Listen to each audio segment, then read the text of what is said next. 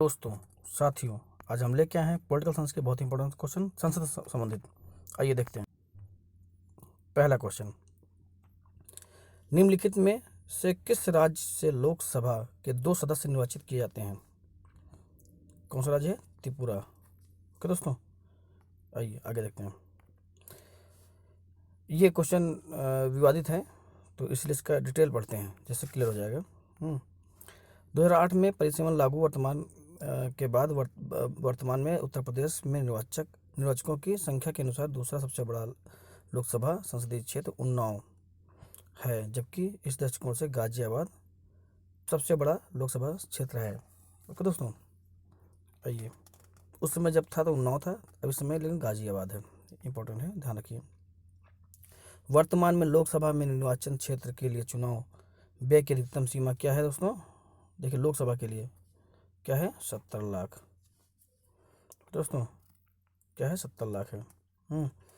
2014 में केंद्रीय विधि एवं न्याय मंत्रालय द्वारा अधिसूचना जारी कर लोकसभा निर्वाचन क्षेत्र के लिए चुनाव व्यय की अधिकतम सीमा को बड़े राज्यों में 40 लाख से बढ़ाकर 70 लाख, छोटे राज्यों में 22 लाख से बढ़ाकर 54 लाख रुपए कर दी गई। विधानसभा क्षेत्रों के लिए ध्यान रखिए दोस्तों, अभी चुनाव हुए थे, 16 लाख से बढ़ाकर 28 लाख कर दी गई। ठीक है दोस्तों, ध्यान रखिए, अभी चुनाव हुए यूपी में, हो सकता है क्वेश्चन आगे आ जाए।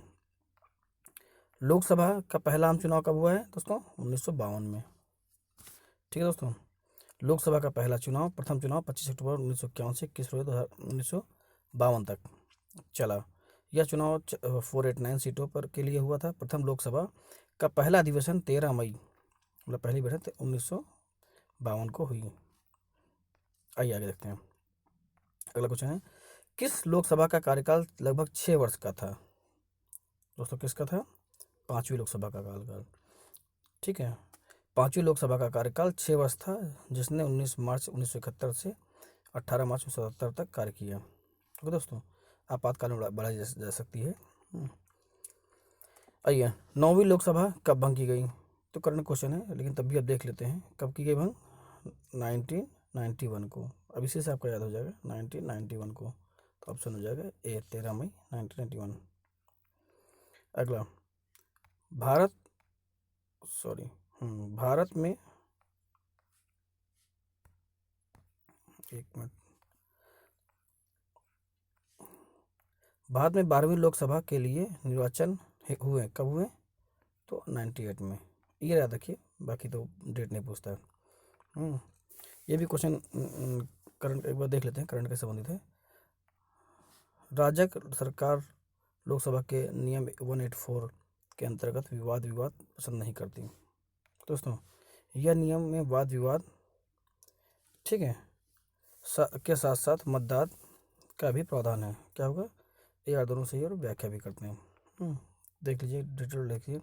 नियम 184 के तहत बहस के बाद मतदान होता है। यदि सरकार के पक्ष में कम से कम मत पड़े तो सरकार के गिरने का खतरा रहता है। ठीक है दोस्तों, ये इंपॉर्टेंट फैक्ट है, मतलब ऐसे आपका विजन क्लियर होता है।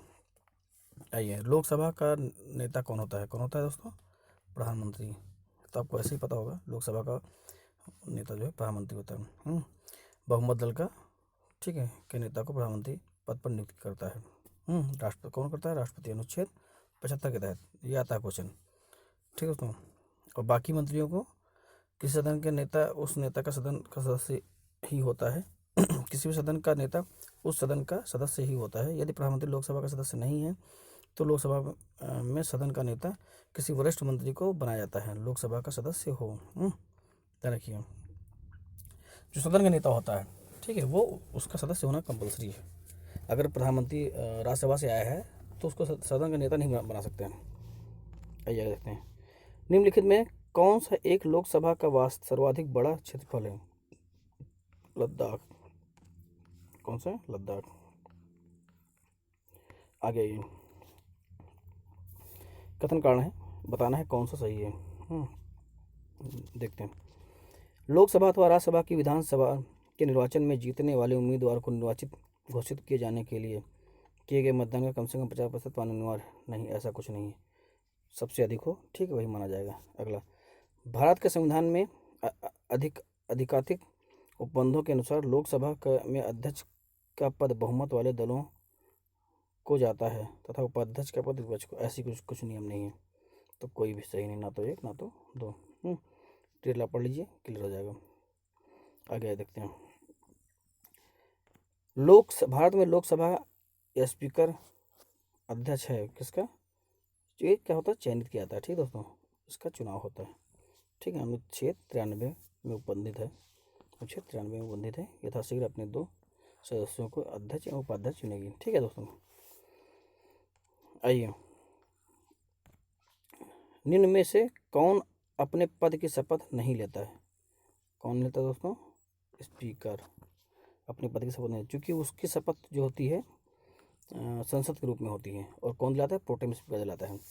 प्रोटेम स्पीकर के बारे में जान लीजिए। प्रोटेम स्पीकर वो स्पीकर वो होते हैं जो जब चुनाव होके आता है, ठीक, लोकसभा चुनाव होके आया, तो उस लोकसभा के चुनाव में जो सबसे वरिष्ठ हो किसी पार्टी को, उससे मतलब नहीं होता वो दल का नेता हो या ना हो, पार्टी छोटी या बड़ी, वो सीनियर वरिष्ठता के आधार पर उसको जो है प्रोटेम स्पीकर बना के सभी संसद सदस्यों को शपथ दिलाते हैं। ओके दोस्तों, और उसके बाद फिर चुनाव होता है अगली बैठक में लोकसभा अध्यक्ष का।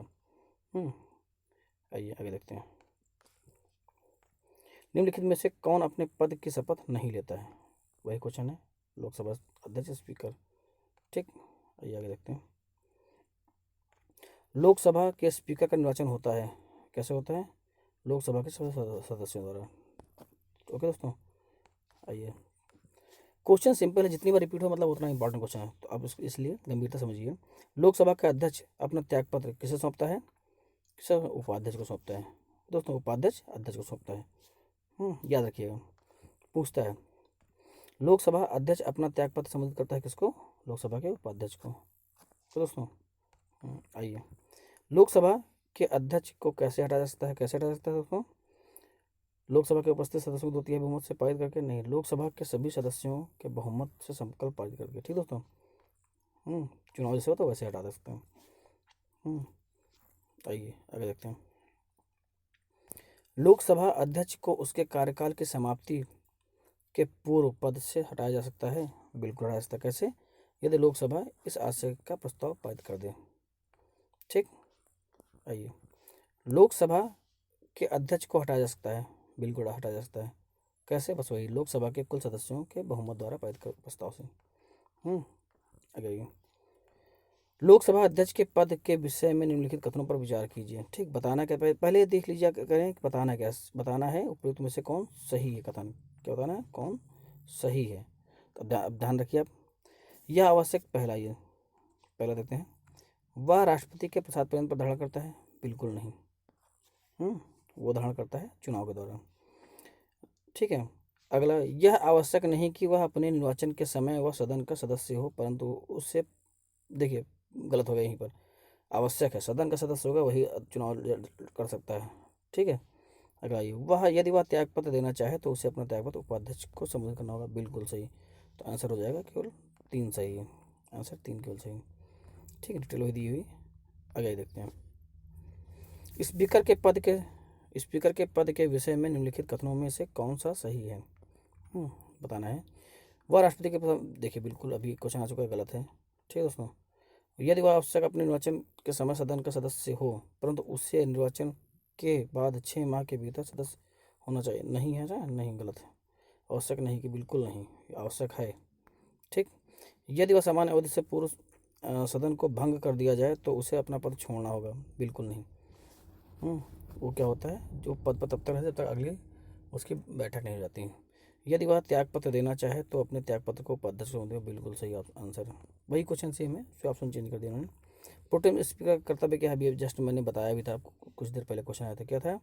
सदस्यों को शपथ दिलाना, एकमात्र काम है प्रोटेम स्पीकर का, सदस्यों को शपथ दिलाना। डिटेल पढ़ लीजिए और क्लियर हो जाएगा। प्रोटेम स्पीकर सामान्यतः कैसे नियुक्त होता है? देखिए बिल्कुल, अभी ये भी मैंने बताया, नवनिर्वाचित लोकसभा के वरिष्ठतम सदस्यों में से एक। ये मैंने बताया था, वही बिना क्वेश्चन आए वही क्वेश्चन आएगा। तो दोस्तों क्वेश्चन इंपॉर्टेंट होते हैं, मैं अपने आप डिस्कस कर देता हूँ। लोकसभा अध्यक्ष स्पीकर में अपने कास्टिंग वोट का प्रयोग केवल करते हैं तब, तो सबको पता होना चाहिए, जब टाई होता है। वर्तमान सरकार को बचाने है तो नहीं, संविधान में संशोधन के मामले में नहीं। कब आ गया? देखिए आ गया कब, जब बराबर वोट पड़े हो, टाई हो गया हो। ठीक है, टाई के मामले में कब है, ये अनुच्छेद पूछता है, अनुच्छेद 100 में दिया गया है। स्पीकर कास्टिंग वोट का न्यायमत का प्रयोग केवल तब करते हैं जब किसी विषय पर संदर्भ में मतदान हो तो सत्ता पक्ष या विपक्ष दोनों में बराबर बराबर होने के कारण, ये टाई की स्थिति में। ठीक है, 100 आता है, ध्यान रखिए। आ गया ये क्वेश्चन बन गया। देखिए वो संविधान के किन अनुच्छेद में से कौन सा एक बंद करता है कि मत बराबर होने की दशा में लोकसभा के अध्यक्ष का मत निर्णायक होगा और वह उसका प्रयोग करे। अनुच्छेद 100 बिल्कुल आ गया। ठीक है, ट्रेल पढ़ा था वही आ गया। अगला क्वेश्चन है, लोकसभा के प्रक्रिया और कार्य संचालन नियम के अंतर्गत नियम 377 के अधीन लोकसभा के सदस्यों द्वारा एक दिन से अधिकतम कितने मामले उठाए जा सकते हैं। कितने हैं दोस्तों, 20 मामले। दोस्तों 20 मामले हैं, कितने उठा सकते हैं। लोकसभा के प्रथम अध्यक्ष कौन थे, बिल्कुल आता है, जीवी मावलंकर। मावलंकर लिखा है, गणेश वासुदेव मावलंकर। ठीक है दोस्तों, ये आता है। और किन पर पहले महाभियोग लगाया गया, यही है, इन पर पहली बार वो हटाया गया, वो महाभियोग लगाया गया। ठीक है, आ गया, ये आगे देखते हैं। ड्रिल आ गया, कब से कब थे, इस पूरा ड्रिल आ गया। ठीक है, भारत की प्रथम लोकसभा के पहले अध्यक्ष, बिल्कुल जीवी मावलंकर। देखिए नाम पूरा देखिए, गणेश वासुदेव मावलंकर। ठीक, कई बार पूरा नाम भी आता है तो कंफ्यूज नहीं होना है। प्रथम स्पीकर जिनके विरुद्ध लोकसभा में अविश्वास प्रस्ताव लाया गया कौन है, यही है, ध्यान रखिए, ये भी ध्यान रखिए, इंपॉर्टेंट क्वेश्चन है। ठीक है, अभी मैं डिस्कस भी कर चुका हूँ, इन पर लाया गया था प्रस्ताव। ठीक है, आगे आइए। लोकसभा की प्रथम महिला अध्यक्ष कौन है, ठीक, कौन है प्रथम महिला, मीरा कुमार। ओके, 15वीं लोकसभा में थी ये, मीरा कुमार लोकसभा की प्रथम महिला अध्यक्ष थी, जून 9 से चुनी गई। ठीक दोस्तों, और वर्तमान में अभी तो सरकार 17वीं कौन है, ओम बिरला है। ओके, लोकसभा के वर्तमान अध्यक्ष उपाध्यक्ष, देखिए जब क्वेश्चन रहा होगा तब रहा होगा, करंट क्वेश्चन होता है, तो करंट क्वेश्चन को करंट में डिस्कस करेंगे। आगे आइए, यदि उपाध्यक्ष लोकसभा की अध्यक्षता कर रहे हैं तो उन्हें अधिकार प्राप्त होता है, कौन सा प्राप्त होता है बताइए दोस्तों। ठीक है, क्या प्राप्त होता है, लोकसभा का विचार विमर्श करने में भाग ले सकते हैं, नहीं, लोकसभा के विचार में भाग ले सकते नहीं, सदस्यों के रूप में सदन किसी प्रस्ताव पर मत कर सकते हैं, नहीं, बराबरी, यही आंसर हो जाएगा, बराबरी की अवस्था में मतदान कर सकते हैं। तो दोस्तों डिटेल पढ़ लीजिए और क्लियर हो जाएगा क्या क्या कर सकता है जब लोकसभा उपाध्यक्ष पद पर उपाध्यक्ष बैठता है। निम्नलिखित में से कौन प्रथम जनजातीय लोकसभा अध्यक्ष थे, कौन थे, पी एस संगमा। ये क्वेश्चन आता है भाई, बहुत आता है, तो इसको ध्यान रखिए, आप कन्फ्यूजन ना लीजिएगा। कौन है, पी एस संगमा 1995 में प्रथम जनजातीय केंद्रीय मंत्री बने थे, 96 में वो पहले लोकसभा जनजातीय अध्यक्ष बने थे। P S Sangma. लोकसभा का सचिवालय सीधे नियंत्रित होता किससे, लोकसभा अध्यक्ष के द्वारा।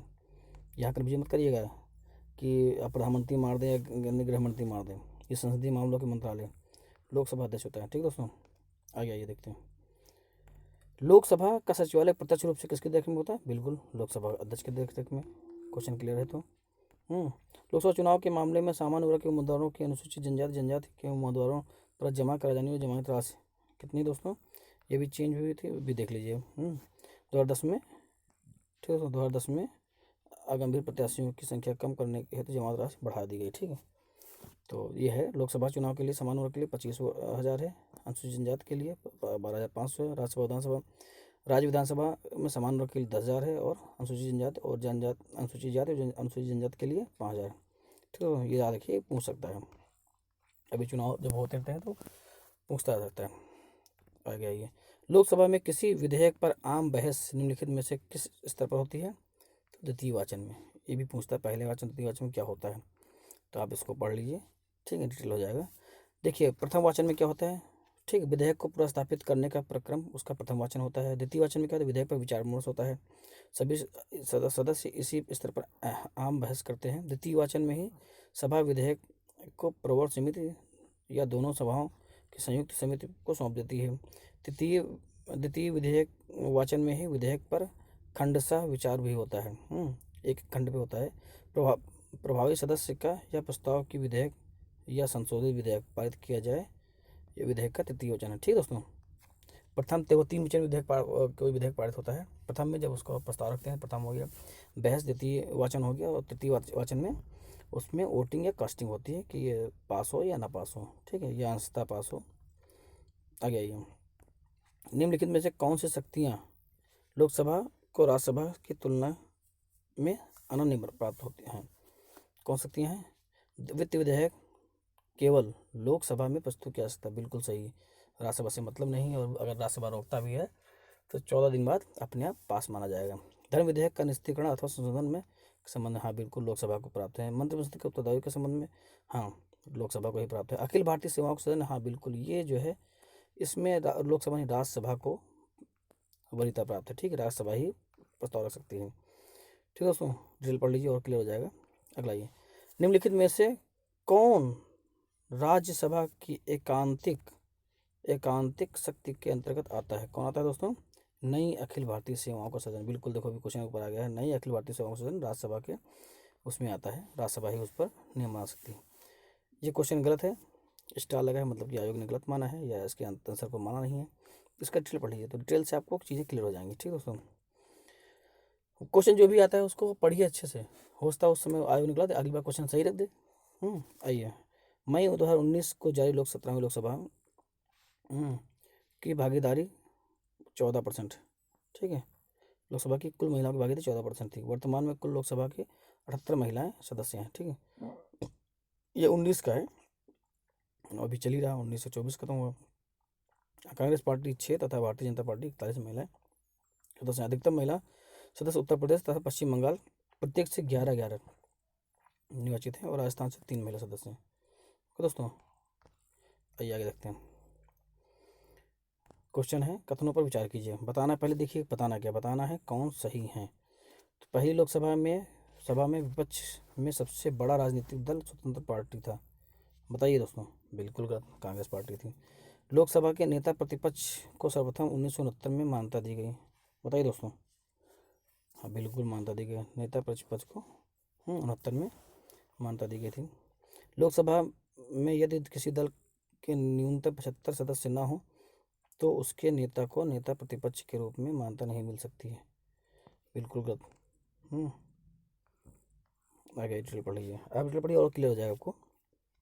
उत्तर नेता प्रतिपक्ष मान्यता दी गई थी, मान्यता दी गई, इस रूप में INC के राम सुभग सिंह को चुना गया था। ठीक है दोस्तों, आइए ये सारे क्वेश्चन हो गए।